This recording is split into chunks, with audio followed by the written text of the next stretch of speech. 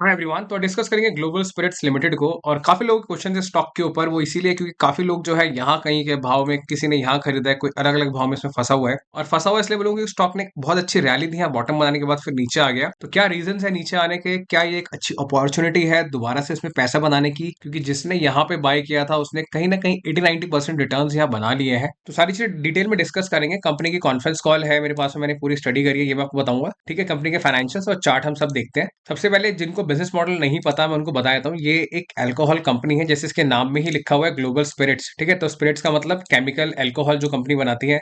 और ये कंपनीज क्या करती हैं, अल्कोहल तो बनाती ही बनाती हैं, साथ के साथ बॉटलिंग प्लांट भी इनके होते हैं। बॉटलिंग करती हैं दूसरी कंपनीज के लिए, उनके अल्कोहल को पैक करके ये लोग सेल करते हैं। बिकॉज हर एक कंपनी का प्लांट हर एक शहर में नहीं होता, तो इसीलिए वो लोग बॉटलिंग क्या करते हैं, जिस शहर के अंदर डिस्ट्रीब्यूट करना होता है, क्योंकि डिस्ट्रीब्यूशन कॉस्ट बहुत ज्यादा होती है। तो वो क्या क्या करते हैं, आप हमारे बिहाफ पे इसको बॉटलिंग करो और फिर इसको आगे डिस्ट्रीब्यूट हम खुद कर लेंगे।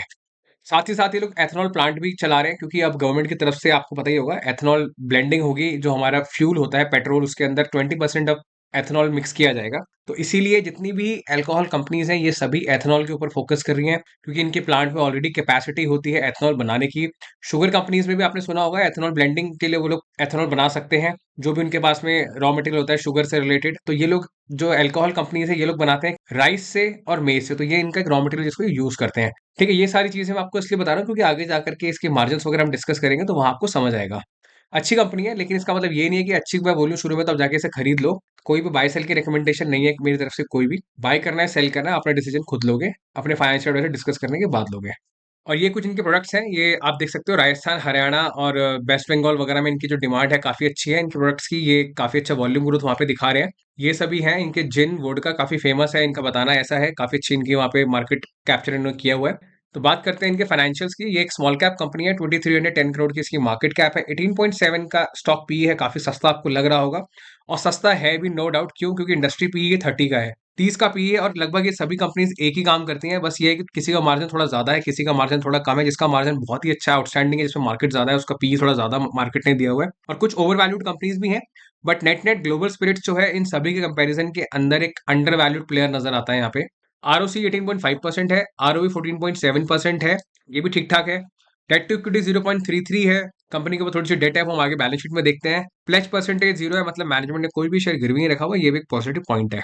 बात करते हैं इनके प्रॉफिट एंड लॉस अकाउंट की। और प्रॉफिट एंड लॉस अकाउंट में अगर नजर डालोगे, तो अच्छी चीज ये है, लास्ट 5 ईयर्स के अंदर कंपनी ने जो इनका वॉल्यूम है, जिनके सेल्स ग्रोथ है, वो काफी अच्छी करी है। मतलब कहीं पर भी डी ग्रोथ नहीं करी है। यहाँ पे देखो 15% की ग्रोथ है, 17% है। ये कोविड ईयर था, फिर भी 5% की ग्रोथ इन्होंने करी है। यहाँ 29% और यहाँ 33%, मतलब लास्ट ईयर 33% की ग्रोथ थी। काफी हेल्दी ग्रोथ थी, लेकिन उसके बाद भी स्टॉक गिर रहा है। स्टॉक क्यों गिर रहा है? स्टॉक का गिरने का क्लियर रीजन ये है, जो कंपनी अपने मार्जिन को इंप्रूव करते करते, मतलब 8% से 11% लाई, फिर 21% पे आ गई, और अब 12% लास्ट ईयर पे इन्होंने क्लोज किया है, 12% मार्जिन। तो मार्जिन क्यों घटा है, वो उनकी कॉन्फ्रेंस कॉल में देखते हैं। उसके रीजन मैनेजमेंट ने बता रखे हैं। और प्रॉफिट्स आप देखोगे तो लगभग 144 करोड़, 187 और 122 करोड़ ने लास्ट ईयर किया है। जबकि ग्रोथ 33% की रही। अगर ये मार्जिन 21% पे होते, तो आपको ये प्रॉफिट लगभग लगभग 220 करोड़ से ज्यादा नजर आता, क्योंकि हाफ हो गया यहाँ लगभग ही, है ना। बात करते हैं इनकी बैलेंस शीट की। बैलेंस शीट में अगर नजर डालोगे तो हेल्दी रिजर्व्स हैं 858 करोड़ के, और उसके कंपैरिजन में जो इनके पास बोरिंग्स है कोई ज्यादा हेल्दी नहीं है, मतलब 291 करोड़ की है। 111 करोड़ जो है लॉन्ग टर्म है, 164 करोड़ जो है शॉर्ट टर्म है। ठीक है, ये इतनी प्रॉब्लमेटिक बात नहीं है। क्यों? क्योंकि कंपनी जो है पैसा यूज कर रही है अपने कैपिटल एक्सपेंडिचर के लिए। यहाँ पे देख रहे हो आप, यहाँ कैपेक्स किया हुआ है, मतलब अपनी कैपेसिटी को एक्सपैंड करने के लिए पैसे का यूज कर रही है। कुछ पैसा ये लोग अपने अक्रूवल्स में से लगाते हैं, जो इनके प्रॉफिट्स हैं, कुछ पैसा ये लोग लोन लेके लगाते हैं। नेट नेट रिजर्व्स काफी हेल्दी है। तो बैलेंस शीट इनकी ठीक ठाक है, हेल्दी है, क्योंकि यहाँ कैपिटल एक्सपेंडिचर दिख रहा है, और यहाँ पे इनके जो फिक्स एसेट्स हैं वो भी इंक्रीज कर रहे हैं। बात करते हैं इन्वेस्टर्स पोर्टफोलियो की। इन्वेस्टर पोर्टफोलियो में नजर डालोगे तो ठीक ठाक इन्वेस्टर पोर्टफोलियो है। वो इसीलिए क्योंकि जो प्रमोटर है उनका स्टेक यहाँ पे स्टैग्नेंट है, उन्होंने बाय सेल नहीं किया है। एफआईआई ने लास्ट क्वार्टर के अंदर अपना स्टेक इंक्रीज किया है, 5.72% कर लिया, लगभग 1% बाय किया है। डीआईआई ने सिग्निफिकेंट सेल किया है, लगभग 5% डीआईआई ने सेल कर दिया है। और डीआई में आप नजर डालोगे तो मोतीलाल ओसवाल के पास काफी ज्यादा इसकी होल्डिंग थी। यहाँ पे आप देखो लगभग 6.5% के आसपास इनकी होल्डिंग है। इन्होंने घटा करके 4% से 2% पे इसको ले आए हैं। तो मोतीलाल ओसवाल ने कुछ, इनको बेटर अपॉर्चुनिटी मिल गई होगी मार्केट के अंदर, हो सकता है इन्होंने अपना पैसा डाइवर्सिफाई करके वहां लगा दिया हो। ठीक है। पब्लिक के पास 39% का शेयर है, जिसमें से एक या दो लोग जो है एचएनआई कैटेगरी के अंदर है। तो इनका इन्वेस्टर्स पोर्टफोलियो भी ठीक ठाक है, मतलब स्ट्रॉन्ग हैंड्स के पास अच्छी होल्डिंग है। प्लस जो क्यूआई भी है, उनके पास भी लगभग 9-10% का स्टेक है, तो जो कि एक स्ट्रॉन्ग पॉइंट है यहाँ पर।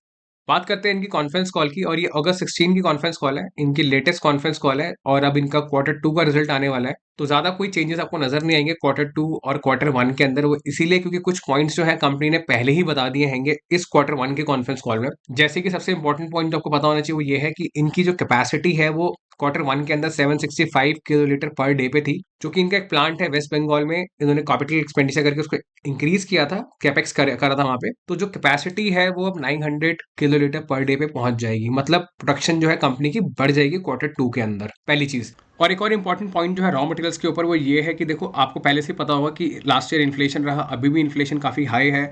इन्फ्लेशन बढ़ने के अंदर सबसे बड़ा रीज़न जो होता है वो फ्यूल कॉस्ट होती है। जब फ्यूल बढ़ जाता है तो फ्यूल जो है हर एक कैटेगरी को इम्पैक्ट करता है, चाहे वो राइस हो, जितने भी फूड ग्रेन्स होते हैं उनके ट्रांसपोर्टेशन कॉस्ट को इंक्रीज करना, या फिर किसी भी एंड प्रोडक्ट जो कि बॉटलिंग हो गई, बाकी चीज़ें हो गई, उसको अगर ट्रांसपोर्ट करना है, लॉजिस्टिक्स महंगा हो जाता है। तो नेट नेट सभी चीज़ की कॉस्ट बढ़ गई, जिसकी वजह से इनके मार्जिन जो है ऑलमोस्ट हाफ हो गए। कंपनी का यही कहना है जो इनका मार्जिन है वो इम्पैक्ट रहेगा ईएनए और एथेनॉल बिजनेस के अंदर। तो एक रीज़न ये भी है जो स्टॉक प्राइस आपको यहाँ गिरता हुआ नजर आया क्वार्टर वन के रिजल्ट के बाद। और दूसरी चीज़, वो चीज़ें देखो आगे जाके बेटर तो ऑफकोर्स होंगी, हर एक इंडस्ट्री में बेटर हुआ तो इस इंडस्ट्री के अंदर भी आगे जाकर के चीज़ें बैक टू नॉर्मल होंगी, बट वो चीज़ें आपको दिखेंगी क्वार्टर थ्री क्वार्टर फोर के नंबर्स में। क्वार्टर टू भी थोड़ा इंपैक्टेड नजर आएगा। और एक और पॉइंट जो जैसे मैंने आपको स्टार्टिंग में बताया था, एथेनॉल बनाती है कंपनी, तो इनका एथेनॉल के अंदर जो रॉ मटेरियल यूज होता है वो मेज और ब्रोकन राइस, टूटा हुआ चावल यूज होता है। और मेनली ये रॉ मटेरियल इनको मिलता है एफसीआई की तरफ से, मतलब फूड कॉर्पोरेशन ऑफ इंडिया की साइड से। तो उसमें सप्लाई चेन के अंदर प्रॉब्लम आई, एफसीआई की तरफ से कुछ डिस्ट्रप्शन रहा, वो इन तक पहुंच नहीं पाया। ठीक है, उन्होंने शायद वहां से अप्रूव नहीं किया, कुछ प्रॉब्लम आई वहां से, जिसकी वजह से जो इनका एथेनॉल प्लांट है वो 10 से 15 दिन के लिए बंद रहा। और 10 to 15 डेज जब एथेनॉल प्लांट बंद रहेगा तो ऑफकोर्स वॉल्यूम में रिडक्शन आएगी, वॉल्यूम जो प्रोडक्शन है प्लांट बंद रहने की वजह से इनको नुकसान होगा। तो एक रीजन ये भी है इनका स्टॉक गिरा हैगा क्वार्टर वन रिजल्ट के बाद। क्यों? क्योंकि जो इम्पैक्ट आएगा वो क्वार्टर टू के नंबर्स में आपको देखने को मिलेगा। इसीलिए मैनेजमेंट ने क्वार्टर टू की ये बात पहले ही बता दी थी। तो ये चीज आपको पता होनी चाहिए। जो पॉजिटिव चीज है वो ये है कि जो इनकी प्रीमियम विस्की है उसका वॉल्यूम इंक्रीज कर रहा है मार्केट ने, मतलब उसकी जो कंजम्पशन है वो बढ़ रही है, उसकी बाइंग बढ़ रही है। यहाँ पे देखो उन्होंने बताया है कि जो इनके प्रीमियम सेगमेंट है उसमें प्रॉमिसिंग प्रोस्पेक्ट्स आ रहे हैं। क्वार्टर वन के अंदर 23% ईयर ऑन ईयर इन्होंने ग्रोथ करी है, 6% क्वार्टर ऑन क्वार्टर बेसिस पे इंक्रीज इनका हुआ है नंबर। पॉजिटिव चीज है। दूसरी चीज, जो मैनेजमेंट है उनके अकॉर्डिंगली ग्रोथ जो है वो कम आई है, उनको इससे ज्यादा की उम्मीद थी। तो होपफुली क्वार्टर टू में आपको जो नंबर्स हैं जो इनकी ग्रोथ के वो और बेटर देखने को मिलेंगे। और देखो किसी भी कंपनी की जो ग्रोथ होती है ना वो तब होती है जब मैनेजमेंट काफी विजनरी होता है, अपने प्रोडक्ट को डिफरेंट डिफरेंट लोकेशंस के ऊपर डिस्ट्रीब्यूट करता है, अपने वॉल्यूम को इंक्रीज करने में फोकस करता है। तो इनकी जो मेन जो एक विस्की है जो काफी प्रीमियम है, जो इनकी काफी अच्छे इनके नंबर्स जिससे आते हैं, वो है माउंटेन ओक। कंपनी उसको एक्सपैंड कर रही है राजस्थान और झारखंड के अंदर। प्लस इनकी टेराई क्राफ्ट नाम से एक जिन है, उसको भी ये लोग डिस्ट्रीब्यूशन नेटवर्क को अपना बढ़ा रहे हैं, और अलग अलग जोग्राफी की इसके अंदर, अलग अलग लोकेशंस के अंदर उसको सेल कर रहे हैं। प्लस कंपनी क्या लॉन्च कर रही है यहाँ पे देखो, कुछ नए एक्साइटिंग प्रोडक्ट्स हैं इनके पास में। ठीक है, कुछ नए ऑप्शंस हैं, प्रीमियम वोडका लॉन्च करेगी, fast growing ready to drink launch करेगी। ठीक है, fast growing ready to drink का मतलब ये है कि कुछ ऐसा ड्रिंक बनाएंगे जो मतलब पैकेजिंग इस तरीके से होकर के आएगी जो कि आप सिर्फ बॉटल खोलो या फिर कंटेनर खोलो आप उसको पी सकते हो डायरेक्टली, आपको कुछ डायल्यूट करने की जरूरत नहीं है। तो इसलिए उसको रेडी टू ड्रिंक ये लोग बोलते हैं। कंपनी उस पर काम कर रही है, विचार कर रही है, जैसी वो स्ट्रैटेजी बनेगी उसके बाद ये लोग उसको मार्केट में लेकर के आएंगे प्रोडक्शन करने के बाद। तो नेट नेट जो मैनेजमेंट है उसका विजन काफी स्ट्रांग है, उनका क्लियर फोकस है अपने बिजनेस को इंक्रीज करना, अपने एग्जिस्टिंग प्रोडक्ट पोर्टफोलियो को बढ़ाना, उसके अंदर नए नए प्रोडक्ट को लॉन्च करना, प्लस जो अभी करंट में है उसको डिफरेंट डिफरेंट ज्योग्राफीज तक डिस्ट्रीब्यूट करना, ताकि इनका जो वॉल्यूम है वो बढ़ सके। तो नेट नेट देखो यही है पूरी कॉन्फ्रेंस कॉल। आप लोगों के लिए मेन चीज यही है, देखो कंपनी जो है अपने प्रोडक्ट को इंक्रीज कर रही है। ठीक है, न्यू कैपेसिटी इन्होंने लगाई है, वेस्ट बंगाल का प्लांट इनका स्टार्ट हो जाएगा, इनकी कैपेसिटी बढ़ जाएगी। प्लस अपने मार्जिन को इंक्रीज करने के लिए जो मार्जिन इनके अभी नीचे आ गए हैं, लगभग 14-13% के आसपास आ गए हैं। कंपनी का फोकस है कि अपने प्रीमियम सेगमेंट को इंक्रीज करे ताकि ये लोग अपनी कॉस्ट को जो है कस्टमर को पास ऑन कर सकें। और कहीं न कहीं देखो रॉ मटेरियल के प्राइसेस भी तो वो भी मैलो डाउन हो गए हैं, तो इसीलिए वो भी आपको एक आगे जाकर के पॉजिटिव इनके मार्जिन्स और दिख सकते हैं और बढ़ते हुए नज़र आएँगे। तो एक बार इनके जून के नंबर्स दोबारा देख लेते हैं, जो हमने पहले डिस्कस नहीं करे थे। 570 करोड़ इन्होंने एक रेवेन्यू किया था, कंपैरिजन में 15% ज़्यादा किया लास्ट ईयर के। ठीक है, मार्जिन्स 14% थे, यहाँ 13% हो गए हैं, और प्रॉफिट 37 करोड़ से बढ़ के 39 करोड़ यहाँ पे हो गया है। तो जून का परफॉर्मेंस ठीक-ठाक था, बट स्टिल स्टॉक प्राइस गिर रहा है। यहाँ पे इसने एक अच्छी रैली करी, जून का रिजल्ट आने के बाद में ही स्टॉक गिरने लगा। क्यों? आपको बता दिया मैंने, मार्जिन्स कम हो रहे हैं, दूसरी चीज जो इनका प्लांट है वो बंद रहा है उसकी वजह से। बाकी लॉन्ग टर्म में कंपनी में कोई प्रॉब्लम नजर नहीं आती, फंडामेंटली कोई इशू नहीं है, मैनेजमेंट का विजन ठीक है, मैनेजमेंट का फोकस काफी अच्छा है। लॉन्ग टर्म पर्सपेक्टिव के हिसाब से उनका फोकस एथेनॉल के ऊपर है, उनका फोकस प्रोडक्शन को बढ़ाने पर है, प्रीमियम कैटेगरी को इंक्रीज करने पर है। जिसके पास में भी ये स्टॉक है, पैनिक करने की जरूरत नहीं है, आप स्टॉक को लॉन्ग टर्म के लिए होल्ड करो। ठीक है, अगर आप कहीं ऊपर के भाव में आपने लिया है, स्टॉक नीचे आ गया, कोई दिक्कत नहीं है।